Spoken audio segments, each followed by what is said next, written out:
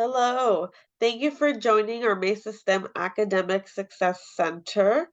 You- You're out of here workshop for spring 2023. We are so excited that you have made it this far into your academic journey, and we look forward to supporting you through your next few steps before you transfer to the university.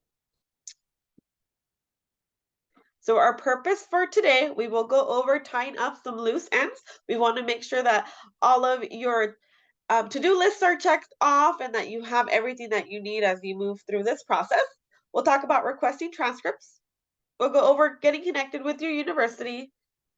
We'll cover financial aid and housing. We'll talk about the statement of intent to register and deposits for your universities. We'll discuss admission appeals, but do note that most appeals must have been submitted 15 days from that date of denial notice. We'll go over some orientation information and academic advising that might be available at your university. And we'll talk about maximizing your academic and personal success at the university level. So tying up some loose ends. We want to make sure that everything here at the college as you transition to the university is squared away.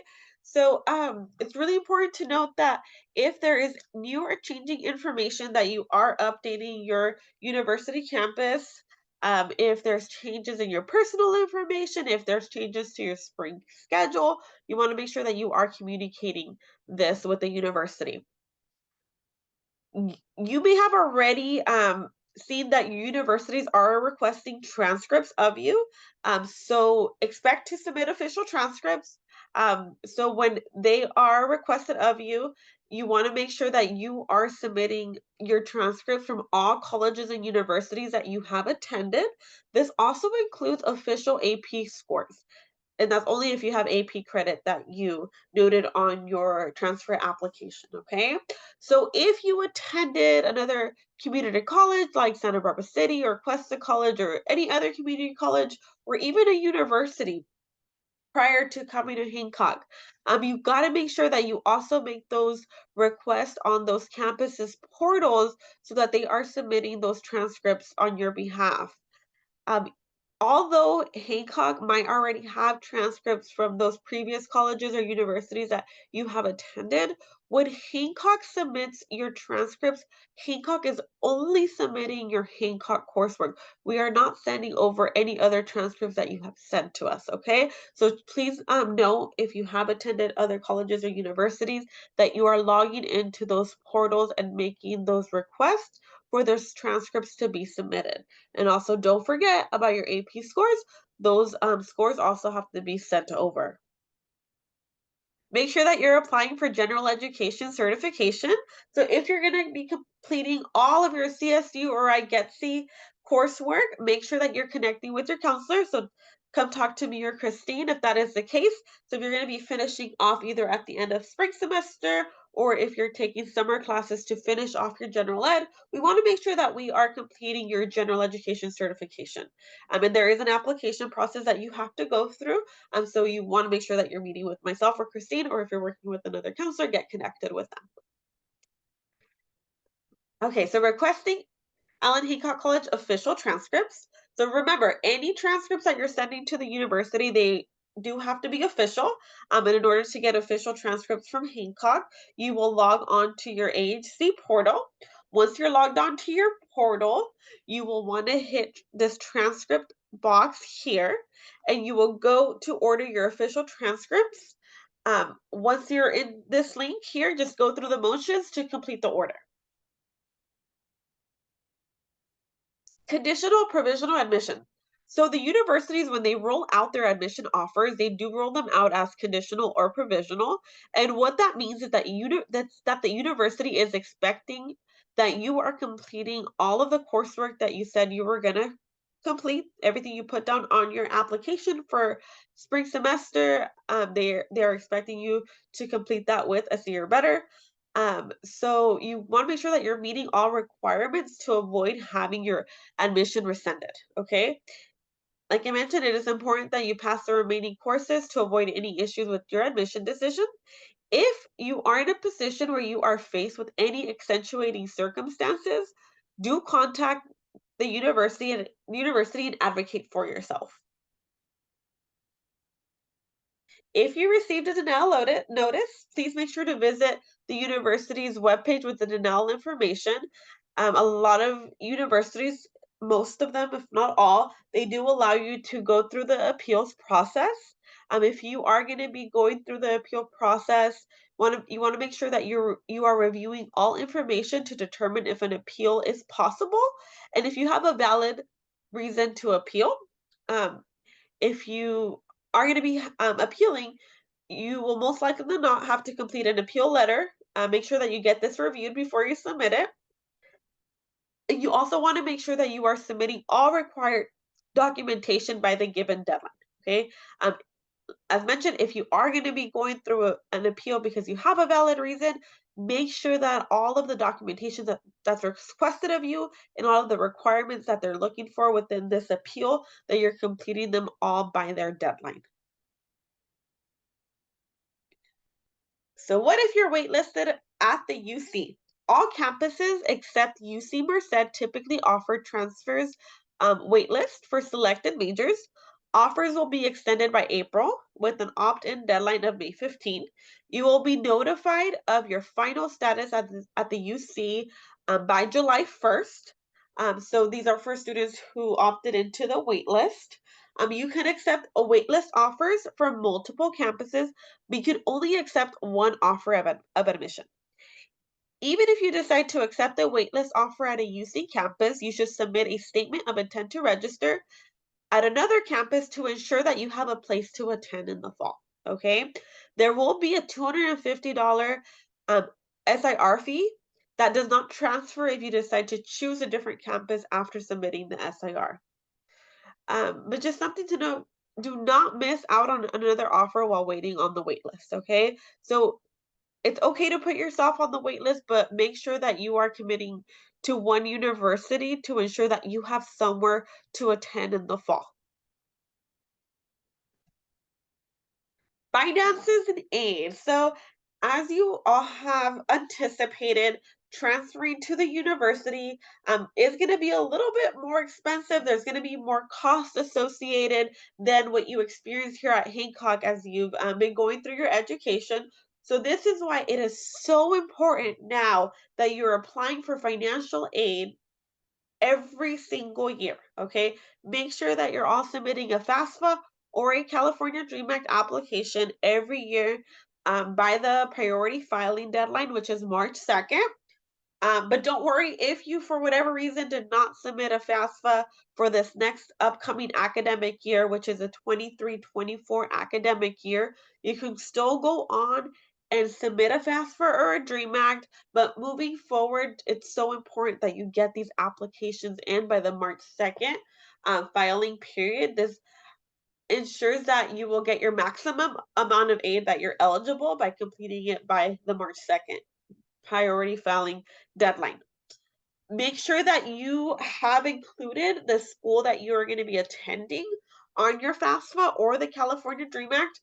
If you submitted your FAFSA or California Dream Act without including the university that you're going to be attending this fall, you can still go on there and make this correction and add the university.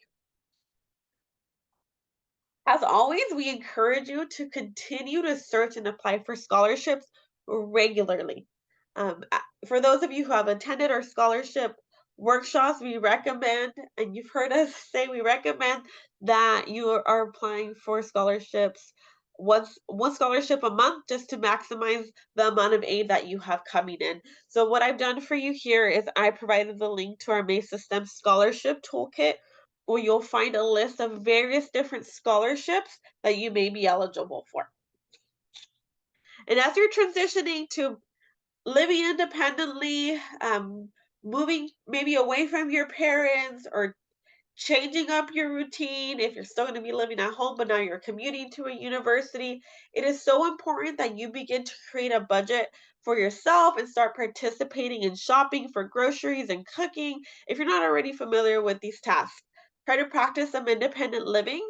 So, for those of you who are going to be moving away for college, it's really important that you begin to pay attention to the things that you need to purchase at the grocery store, like toilet paper, napkins, food for the week, right? A lot of the times we take these things for granted when living at home.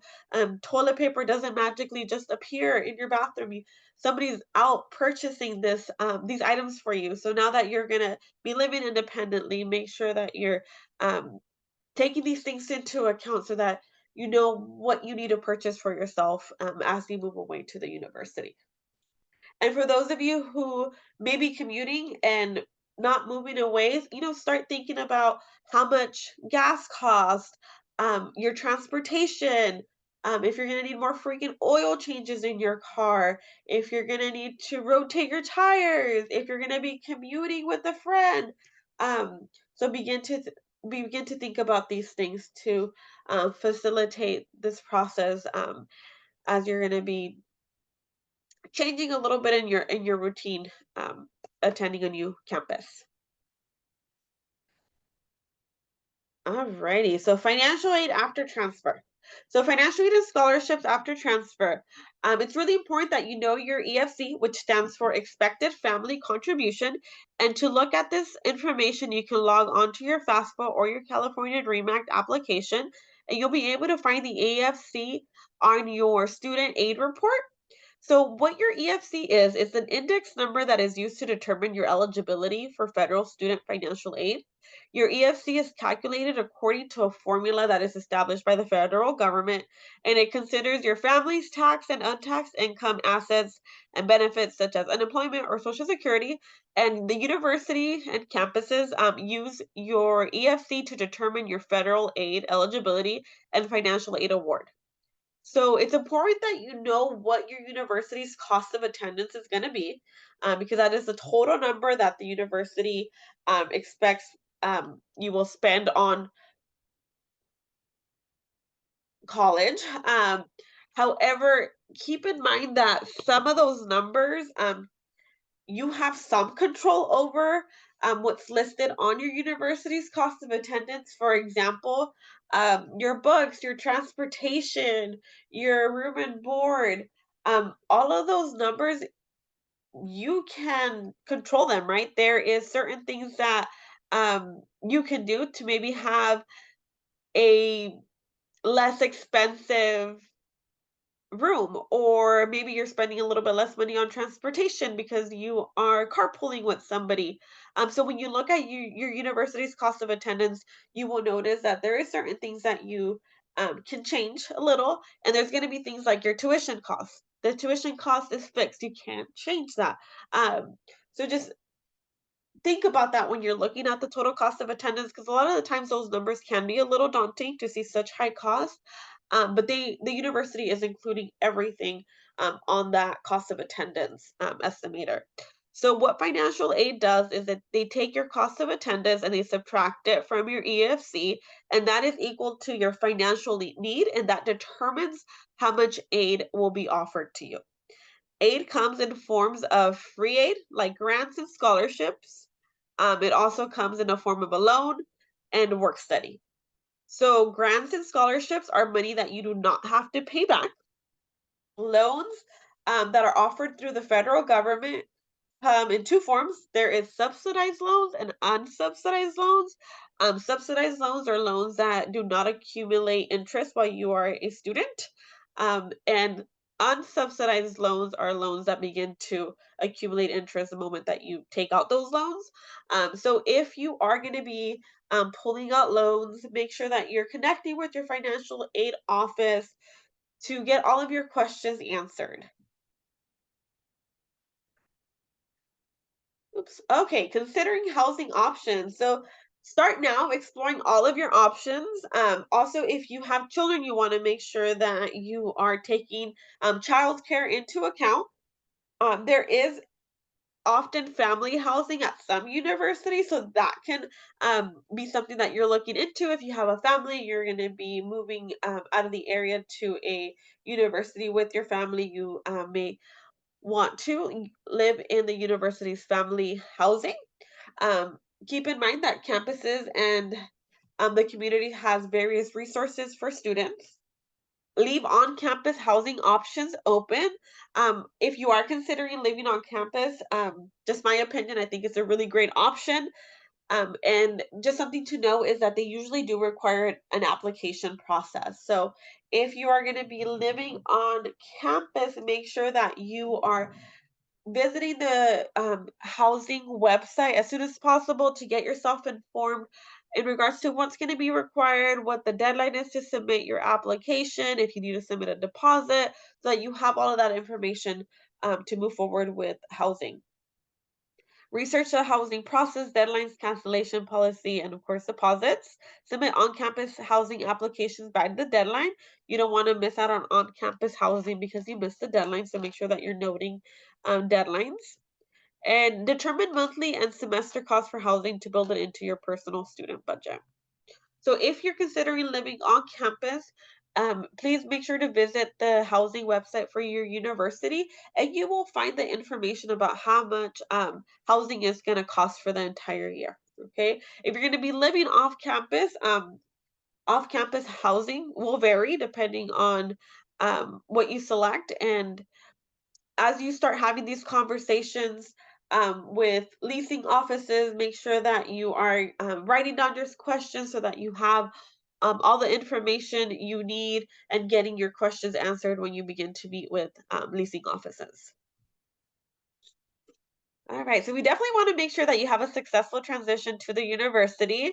Um, we want you to be as successful at your university as you have been at Hancock.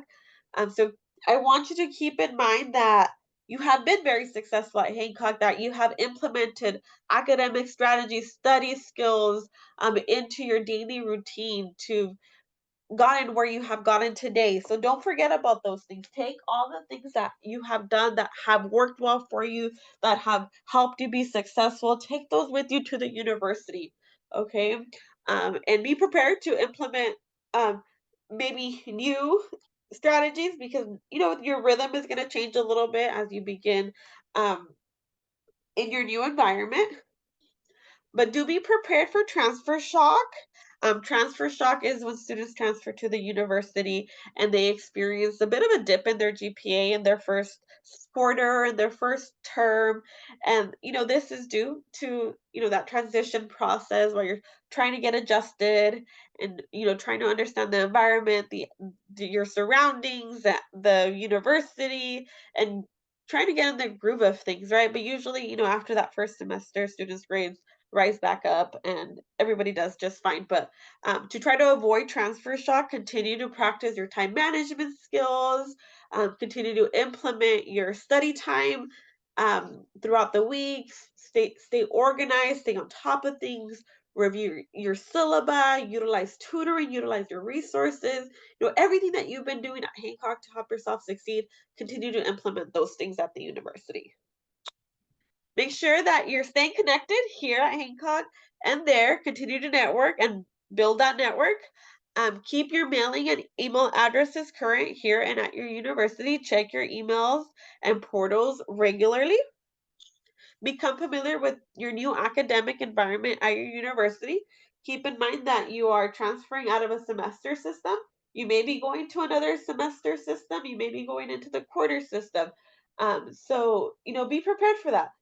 If you are going into the quarter system, do understand that quarters are 10 weeks long as opposed to our 16, 17-week semester. So be prepared for a little bit of a faster pace in your learning, but nonetheless, you're going to do fantastic. Do try to get involved at your university and your surrounding communities. Try to look for potential clubs, programs, organizations, jobs, and internships, and anything that's related to your major so that you continue to grow as a student, as a professional. That way, when you're done with your studies, you're a well packaged individual to go out into the workforce. And do remember to stay focused. Attend all transfer events if possible. Dates may change, but there's open houses, there's spring admitted student days, there's um, some orientation. All the dates will vary. Every university might do things a little bit different, so do try to get connected with your university to find out what dates they have set for these types of events. It's very likely that they're going to be sharing this information with you via email. But if you haven't seen any of this information come through your email, I do encourage you to visit their websites and try to gather more information that way. Some important reminders and deadlines to note. Make sure that you're submitting your statement of intent to register to the UCs by June 1st and the CSUs by May 1st. Some CSUs may have a later deadline, but most do have that May 1st deadline. And for the CSUs, their statement of intent to register is you going into your university's portal and accepting that particular university. Um, at a previous workshop, some students had mentioned that they hadn't seen a statement of intent to register for the CSUs, but really what it is you getting onto your portal at that particular university where you're going to be attending and accepting the offer. If there is fees that are required, make sure that you're paying those. For the UCs, like mentioned, they do have a $250 deposit that you will have to pay. Accept only one UC. It's okay to accept more than one, but you may end up losing your deposit. Research now and decide by your SIR deadlines. So that way you're only having to choose one. But if you are torn and you're in a position where you want to accept multiple universities, you may be able to attend accept, sorry, not attend, accept one UC and one CSU, um, and then later make your final decision. But you cannot accept two UCs or two CSUs. Submit your in progress transcripts as requested. Review your financial aid award. Usually, financial aid awards are available by April in your portal, and I've seen a lot of students been able to access their financial aid awards already. So I encourage you to get onto your university's portal and check out your financial aid award. Submit your final transcripts ASAP and by the appropriate deadline. So keep in mind that final transcripts do need to include spring grades. So make sure that you're requesting those transcripts as soon as grades are posted for spring. The deadlines are July 1st for UCs, July 15th for Cal Poly Snow, and it varies for other CSUs. Don't forget to attend your university's orientation. Most are held in June, July, or August. Some more reminders. We are so excited that you're going to be transferring, and we want to make note of where you're transferring to. So please make sure to notify Doreen, and I've included her email. Once you have decided where you're transferring to, you can either send her an email or stop by the center and let her know where you're going to be attending. We hope that you're able to make the MESA STEM Student Achievement Celebration on Friday, May 12th at 4 p.m. in the ARC patio. We want to celebrate your success, so I hope to see you there on Friday, May 12th. Request a transfer recognition award once you have decided to which campus you will be transferring to. Fill out the online brief form, and this is for the UTC, and here's the link to that UTC form that we would like you to fill out. Log on to your FAFSA or California Dream Act and make sure that you have added all of this, added the school, sorry, to which you have applied to and look up your EFC if you don't have it already. So make sure that on your FAFSA or Dream Act that you have included the campus where you're going to be transferring to. You can include all the schools you applied to. That's totally fine, but I want to 100% emphasize that you need to include where you are transferring to ensure that they get your financial aid application. Research University Spring Visitation Days. Check your portals or Google under school name and either open house, preview days, new admitted student days. That's typically what the universities call these visitation days. So they might be called something else, but do research that information on your university's website. Don't forget to look into housing options and continue to check your Allan Hancock College and personal emails as well as your portals regularly. All right, for our MESA students, please make sure that you're sending Doreen your current resume. And one final thing is that we want to make sure that our MESA students complete this survey. So if you have your phone with you, please take a picture of this QR code and it will take you to the MESA survey that we would like you to complete. And keep in mind that you will be getting a grant from MESA once you start at the university. And the only way for us to give you this grant is if you complete all of these final requirements. So please make sure that you are completing this survey. Perfect. And lastly, thank you so much for joining and watching this presentation. If you do have any questions, please feel free to reach out to myself, Angelica, or Christine Reed at our MESA STEM Academic Success Centers with your questions. We are the two counselors in there, and we are happy to support you. Thank you for joining. Have a great day.